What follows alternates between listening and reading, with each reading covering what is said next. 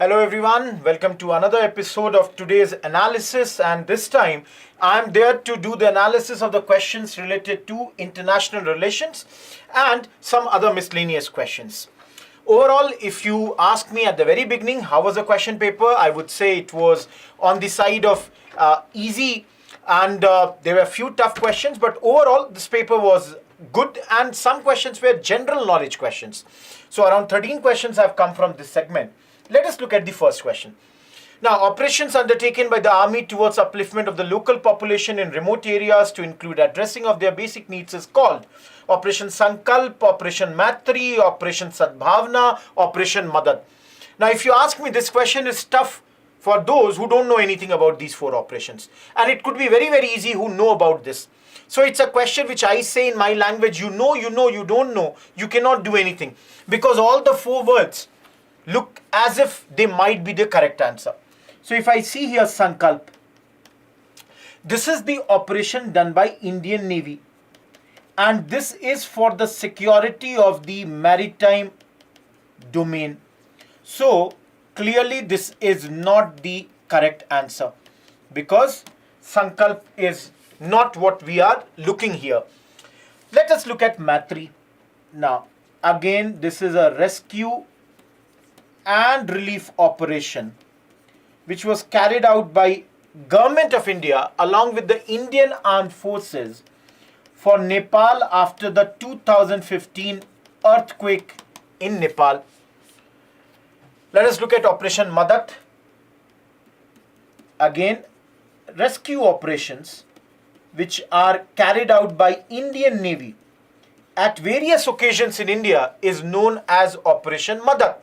So clearly neither Matri nor Madad is the answer for this question. So the correct answer is Sadbhavna, which you all can understand in English is basically goodwill operation.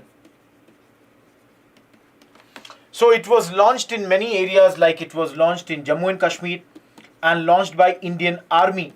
So there the army would do these civic action programs, and through this civic action programs the idea would be to win the heart as well as the minds of the people. So here the army would organize schools, would carry out the infrastructural work. Similar things were done in the UT of Ladakh also to improve the standard of education, along with education to provide the quality education to the people. You know, in Ladakh, the army had started army goodwill schools. So the correct answer to this is Operation Sadbhavna. C is the answer. And again, I would say, I would reiterate, if you knew, you knew, and you would have got it correct. So overall, not a very tough question. It's not tough. I would put it under the medium section. I could have put it under the easy section also. Moving ahead, second one, and this is an easy question. There is no doubt anybody who starts geography, 7th, 8th, 9th, 10th, wherever you say, you would have studied it. The longest border between any two countries in the world is between, and the correct answer to this is, I won't go much detail, Canada and USA. Their borders are largest as far as the world is concerned. This is the largest continuous border, almost around 8,900 kilometers. The second largest is this one, but the largest one is Canada and USA. And those who have slight idea about all the mapping thing, they would have got this correct. So I would put this under easy. There is no way I can put it under any other category. Very, very easy question. So that was your second question from the IR segment. Moving ahead. 19th. Now this is more of a miscellaneous thing. You could not have put it anywhere else. As you can see here, they are talking about Army, Air Force, Navy, and they are asking, are these ranks equally matched or not? So for example, if you I'm sorry, if you think about, let's say I write Army, you know, in Army the positions start from lieutenant. If you talk about Navy, this would be sub-lieutenant.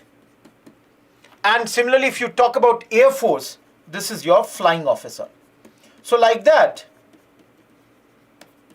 you know, there are 10 designations. So if I talk about Army, after lieutenant, it would be captain, it would be major.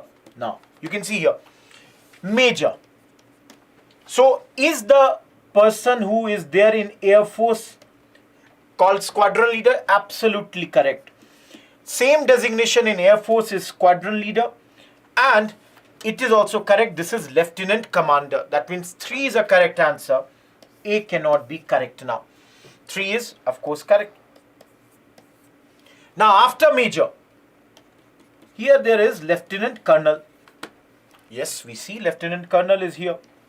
Now, for lieutenant colonel, as far as your Air Force is concerned, it should be wing commander. And this time, in Navy, it should be commander. So clearly, 4th is wrong. And the moment 4th is wrong, this is your incorrect. Now, if you think, we have to only look at 1. So for Army, if the position is for brigadier, in Navy, please understand, it is not commander, it is rather commodore. And here again, it is Air Force is air commodore. So 1 is also wrong. So clearly the answer is D only. That means your second one is also wrong. That is Major General. Here it should be Rear Admiral. And of course Air Vice Marshal. So this was wrong. So overall 3 is the answer. Now again, this is GK question. And I know many of us might not have studied these thinking that why would this be asked, but then these are certain general knowledge questions, and I would put it under the medium category. Not easy, if some of you would have forgotten it, but I'm not going to put it under the tough category also. So 19th is this, the answer is D. Let us move further and let us look at 22. Now again, another exercise. Which of the following statements about exercise Mitra Shakti 2023 are correct? Statement number 1, this was a joint military exercise between India and Bangladesh. Number 2, it commenced in Ond, Pune. Number 3, joint response during counter-terrorism operations was a goal of this operation. Number 4, Indian Air Force was a part of this exercise. Now, let me tell you, whenever we study about the exercises, usually what we do is we study about this exercise is between which 2 countries. So here also, if you would have known that this exercise Mitra was a joint exercise between India and Sri Lanka, if you had only known this, moment 1 is wrong. D is your correct answer. Other 3 statements are absolutely correct. Yes, it took place in Ond, Pune. Absolutely, joint response during this included all the counter-terrorism operations. And yes, Indian Air Force did participate here. In fact, the thing was that this was the first, making it the first bilateral and by-service exercise that was conducted between India and Sri Lanka. So this was, again, I would say, medium, not more than that. Because you think, you had to know about one statement. Invariably, logically think, any such exercise would talk about, counter-terrorism would be a goal. That's something which would be correct answer. That way, B should never have been the answer. Yes, first time it is happening. This is slightly tough to know. But again, I'm saying, focus on statement number 1. Moment your statement number 1 is known to you, you know what is the answer. So that's your 22, answer being D. Moving ahead to question number 26. Who of the following is the author of the books The India Way and Why Bharat Matters? Bhupender Yadav, Nalin Mehta, Shashi Tharoor, Subramaniam Jaishankar. Now, again, something that people who are reading newspapers on a daily basis would know. And I would say easy question, because it was very much in news last year when Honorable Foreign Minister Mr. S. Jaishankar had written his second book, Why Bharat Matters. His first book was The India Way, Strategies for an Uncertain World, and later he had written this book. Now here he had talked about the analysis of India's geopolitical strategy since independence. And in Why Bharat Matters, he had talked about our cultural values, our ambitions when it comes to global stage, and significance of India's historic heritage, where particularly he had drawn insights from the epic Ramayana. So nobody is asking what is the crux of these books. They are only asking you who is the author of these books. And again, I hope that this is something that you would be knowing. I would put it under the easy category.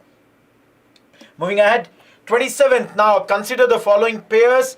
Serial number, your countries are given on one side. Reason for being in the news is given on one side. Argentina, worst economic crisis. Sudan, war between countries, regular army and paramilitary forces. Turkey, old name has been mentioned, Turkey, rescinded its membership of NATO. Now, if I was in your place, I would have started with your third option, because I know this is wrong.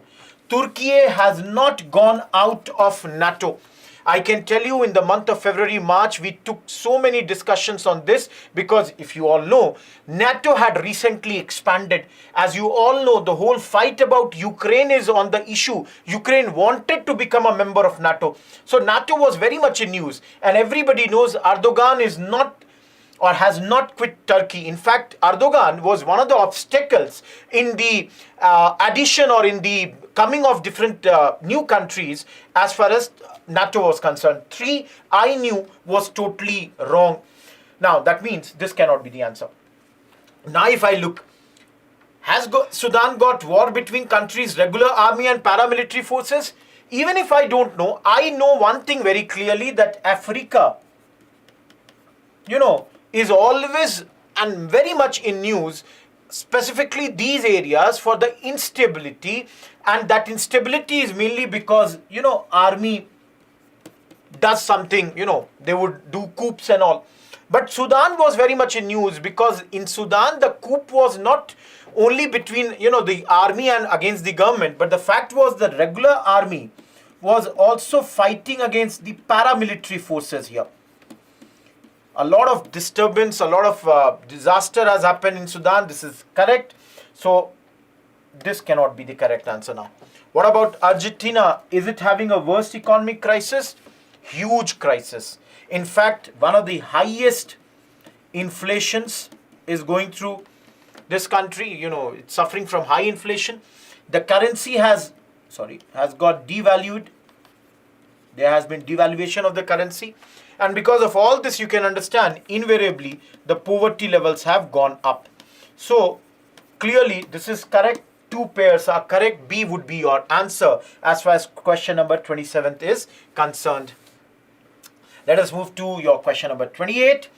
Now, 28, consider the following statements. Statement 1, Suez pipeline is a strategic route for Persian Gulf oil and natural gas shipments to Europe. Statement number 2, Suez pipeline connects the Red Sea with the Mediterranean Sea.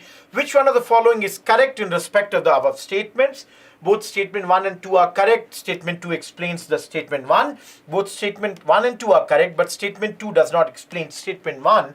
See, statement 1 is correct, but statement 2 is incorrect. Statement 1 is incorrect, but statement 2 is incorrect. Now, when such questions come, first of all, while reading this only, you should understand, do you know about this Suez pipeline or not? If you have idea, half of your work is done. So let me tell you, this is a pipeline that definitely connects Red Sea to Mediterranean. That means statement number 2 is a correct statement. That means C cannot be the answer. To give you some historic perspective, this was, formed when Suez Canal was shut in 1967.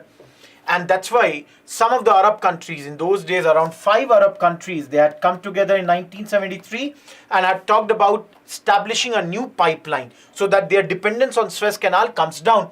And this led to the formation of this in 1977. So Red Sea and Mediterranean has been connected. Now, as I said, this got formed because Suez Canal, the dependence has to come down. Clearly, it's a strategic port. And it's a strategic route between what? Persian Gulf oil and natural gas shipments to European markets. Yes, absolutely correct. Because through this, the Arab world, they reach the European markets. So, they don't have to be dependent on the Suez Canal and bypasses Suez Canal and at times complements it also. Clearly, one is a correct statement. That means D cannot be correct. Now think. Both the statements are correct. We know this much. Now, is statement number 2 a correct explanation of statement number 1? That is something that we have to think about. Look at statement 1. It's a pipeline, it's a strategic route for Persian Gulf oil and natural gas shipments to Europe.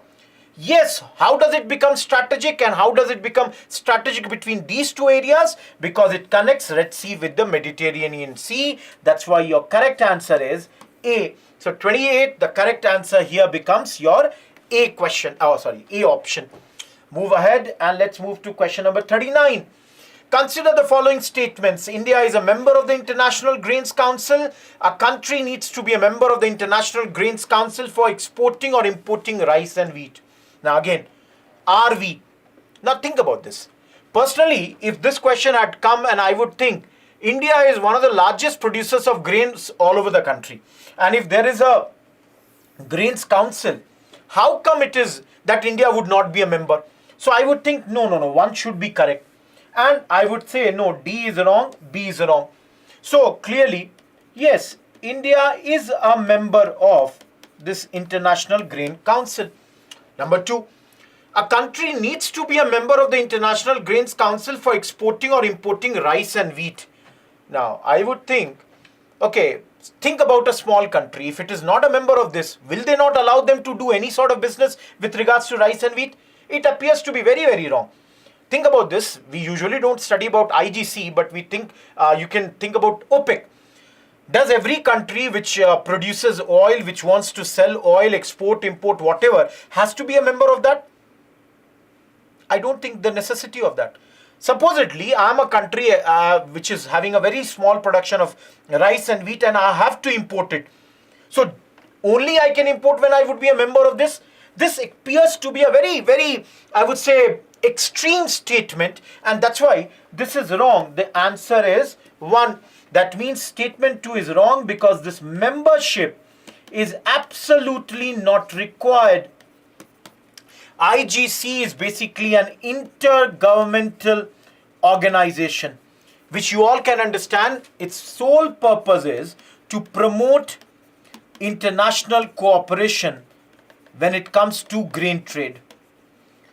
But then it does not restrict, it does not regulate the trade as far as these, rice and wheat is concerned. So, anyone can freely engage when they want to export or import rice and wheat. Second statement is wrong. Answer is A. Moving ahead from 39, let's move to 41. Consider the following statements. Statement 1, there is instability and worsening security situation in the Sahel region. Statement 2, there have been military takeovers, coups, d'état in several countries of the Sahel region in the recent past. Which of the following is correct in respect of the above statements? Again, same thing. I'm not going to read this. You have already seen here. Now, first of all, understand. Again, I told a few minutes back when I was talking about Sudan, yes, there are lots of such issues, military takeovers, coups, this keeps on happening. So, think about Sahel region, Mali, Burkina Faso, Niger. All these countries, for example, Mali had seen such coups in 2021. They had seen in 22. Niger had seen in 2023. So absolutely, in the recent past, there have been this coups. There is no doubt about that. And you all can understand, whenever there would be a coup, it would lead to instability and worsening of the situation. A lot of people would get displaced. There would be humanitarian crisis. So clearly, both the statements, they appear to be correct in this case. Moment both the statements are correct, A or B. Now let me read this. There is instability because there are military takeovers, coups. What is wrong in this? Absolutely correct. A has to be the answer. Yes, there are security situations, there are instability, there is worsening, and this all happens because military juntas, they keep on affecting the stability in these areas. I think in February, March, we have covered some news item regarding this, and I'm very sure about this. Moving ahead, let's move to question number 42. Consider the following statements. Statement 1, India does not import apples from the United States of America. Statement 2, in India, the law prohibits the import of genetically modified food. Statement 2, genetically modified food without approval of the competent authority. And again, same ABCD is there. Now, again, if you look here, India does not import apples from USA. Again, this is a statement which is like, we don't do anything like this. And again, I would think that no, this does not look good. Again, I'm telling you right now as a layman, if I was appearing in the exam in the morning, my gut feeling would say that no, thoda bahut to hota hoga, some amount of, import would be happening. And statement 2, yes, it appears law prohibits GM food without approval of the competent authority, and that's why I would say D is the correct answer. So if I come to the statement 1, let me tell you what had happened is that India had removed a retaliatory import duty as far as the US apples were concerned. This was done in September. Once we removed this, the import of US apples in India had gone up by 40 times in the last 3 months. So, for example, in 2017-18, 7 million boxes of US were imported in India. After we putting the duties, it had gone down to 50,000 boxes. Once we remove the duty, again it has gone up. So statement 1 is wrong. What about statement 2? It's a correct statement. There is no doubt. We in India have the Food Safety and Standards Act 2006. And this prohibits the import, manufacture, use or sale of any GM goods or food without the approval of FSSAI. What is FSSAI? Food Safety and Standards Authority of India. That means any GM product, if it has to be brought in India, must have the relevant authorities seal. See, when it comes to GM crops, we have studied a lot about cotton. This is one of the only crop which has been, it's a non-food crop though. And here it is talking about food crop. So I'm not trying to say here, see, it is a food crop which the question is asking, but just as an example I am giving, as far as the GM modified, genetically modified crops are concerned, we have till now only allowed it for cotton. That's one non-food crop. And in 2022, it was lot in news when GM mustard, India had allowed, but then it was challenged and this is pending in the Supreme Court. So the correct answer to this is D. Moving ahead, let's move to 46. Consider the following statements. Statement 1, the European Parliament approved the Net Zero Industry Act recently. Statement 2, the European Union intends to achieve carbon neutrality by 2040 and therefore aims to develop all of its own clean technology by that time. Which one of the following is correct in respect of the above statements? Again, the same thing. Now, first of all, I have to understand, European Parliament, did they approve the Net Zero Industry Act recently? Yes, that's a correct statement. The moment one is correct, D is wrong. So this act was approved in 2023, the Net Zero Industry Act 2023, which is mentioned. So recently when they say it's 2023 that they are talking about.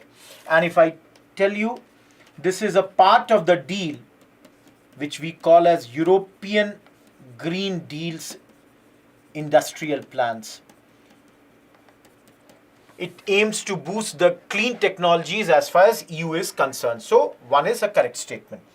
Now, statement number 2, the European Union intends to achieve carbon neutrality by 2040, therefore aims to develop all of its own clean technology by that time. Trust me, everything was correct about this. The only wrong thing was not by 2040, but by 2050 was the correct answer. So statement number 2 was wrong. So C was your answer. But this question became tough because I can tell you in examination, it's very, very tough to remember 2040, 50 like this. It's really, really tough. And with that, I remember one thing. See, this question also, genetically modified this thing, I would put under the medium section. Before that, there was another question in your Sahel region. I would call it easy to medium. Before that, there was a question, International Grains Council. By logic, you could have gone ahead, but then I'm putting it under the medium because you don't know whether we are a member or not exactly. Sumed pipeline, many people might not be knowing, so I would put it under the tough category. Of course, Argentina, Sudan, and this, I would not call it more than a medium, because this was very much in news. And the other two were also in news. In fact, it might be very, very easy for many others. And from here, I have already said. So let me go back to the last two questions. Come to 47. Consider the following statements. Recently, Venezuela has achieved a rapid recovery from its economic crisis and succeeded in preventing its people from fleeing, immigrating to other countries. Statement 2, Venezuela has the world's largest oil reserves. Now, all of you, when today, this was I would say the trickiest question, and our team was continuously divided when it comes to this question, that what should be the answer. And specifically, nobody had a doubt about this. Everybody knows Venezuela has the largest, when it comes to, oil reserves as far as the world is concerned. It has almost 300 billion barrels of oil. It has a proven oil reserve. 2 is the correct statement. There is absolutely no problem with that. Problem is number 1. Recently, Venezuela has achieved a rapid recovery from its economic crisis, succeeded in preventing its people from fleeing, immigrating to other countries. The problem is, what exactly constitutes recently? Because we got all sorts of statements, but in my view and in the view of our team, we go ahead with D as the answer. Because why there is a confusion? If you will take the documents, if you will read the statements that have come from the government is saying we are doing a great growth, 5%, 10%, 15%, we have done this and that. And even on Google, if you will type this, writers, when they are mentioning the government reports, they would speak like this. But non-partisan and the international agencies, usually they say that since 2014, around 77 lakh people have moved. Exodus has happened. In fact, Venezuela has one of the largest displacement crises in Latin America, largest in the world. Apart from this, there is a lot of, movement of flow of migrants and refugees, mainly because repression is huge. The government is very, very repressive. Democratic breakdown has happened. And there is a deep financial, or what you call economic crisis. So all that has contributed in this. And that's why I'm putting it as a tough question, because statement 1 really makes some, I would say contradictory statements are given on the net. Let's come to the last question, 64. Consider the following statements regarding World Toilet Organization. It is one of the agencies of United Nations. World Toilet Summit, World Toilet Day, World Toilet College are the initiatives of this organization to inspire action to tackle the global sanitation crisis. The main focus of its function is to grant funds to the least developed countries and developing countries to achieve the end of open defecation. Now, what is the correct statement? The problem is, statement 1 is wrong. It's not an agency of UN, rather it is an independent, non-profit organization. It's not an agency of UN. The moment that is the case, this is wrong. 1 cannot be correct. Now let us look at the statement number 2. World Toilet Summit, Toilet Day, Toilet College are the initiatives of this to inspire action to tackle this.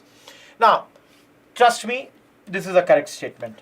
The only thing in the mind would be that whether they have done it, but if they are a World Toilet Organization, they would definitely be organizing the summits, the days, colleges, etc. B cannot be the answer. What about this? The main focus of its function is to grant funds to the least developed countries and developing countries to achieve the end of open defecation. Now, it looks correct, but then WTO advocates that there should be improved sanitation, and they may support various projects, they may support various initiatives, but then its primary function is not to grant funds. Here it is written its primary function is to grant fund. So this is wrong. The statement A, that is 2 only, is the correct answer. So what is its primary function? Its primary function is again advocacy, education, to provide the solutions. So the correct answer to this question is A. 64 has to be A. And I would say This is not that easy. I will put under the tough only because you never know whether it is an agency or not. And again, grants fund, maybe some people might have got confused over here. So this was all about the discussion of the questions of international relations. I hope you like this, and we'll meet again in very soon with another part of some other explanation, some other subject. Till then, goodbye. Thank you.